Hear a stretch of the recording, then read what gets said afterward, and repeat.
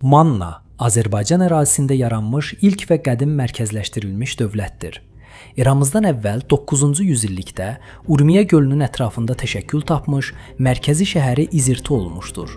Manna adına ilk dəfə eramızdan əvvəl 843-cü ildə Aşşur hökmdarı 3-cü Salmanasarın Mixyazlı kitabəsində təsadüf olunur. Lakin bu mətndə hər hansı soyğun və ya qarətdən bəhs edilmir. Eramızdan əvvəl 829-cu ildə 3-cü Salmanasarın sərkərdəsinin yürüşü zamanı ilk dəfə Manna hökmdarı Udakinin adı çəkilir. Mən Mannalı Udakinin məskənlərinə yaxınlaşdım deyilir. Eyni zamanda bu kitabədə baş şəhər İzirtunun da adı qeyd edilir. Eramızdan əvvəl 9-cu əsrin sonlarına doğru Aşşur və Urartu imperiyaları Manna torpaqlarını ələ keçirmək uğrunda şiddətli mübarizə aparırdılar. Eramızdan əvvəl 9-cu əsrin sonlarında Urartu dövləti Urmiya gölünün cənub-qərbində yerləşən Gilzan vilayətini zəbt etdi.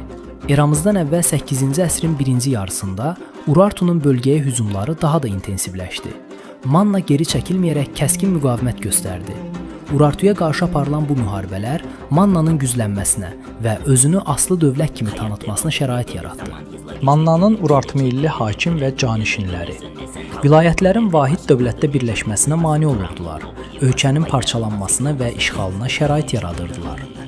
Urartu ilə mübarizədə eramızdan əvvəl 735-ci ildə Aşşurun qələbəsi həlledici rol oynadı.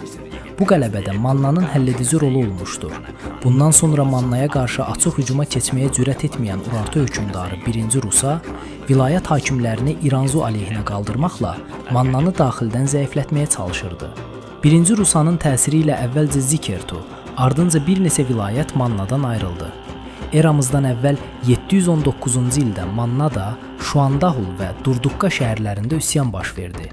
Urartumilli Manna canişinləri mərkəzi hakimiyyətə qarşı qaldırmışdı.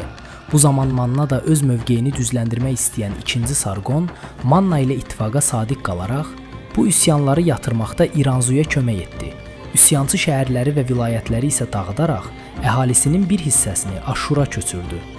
Ərazini və şəhərləri İranzunun hakimiyyətinə qaytardı. Belə bir gərgin zamanda İranzu vəfat etdi. Hakimiyyətə böyük oğlu Aza gəldi.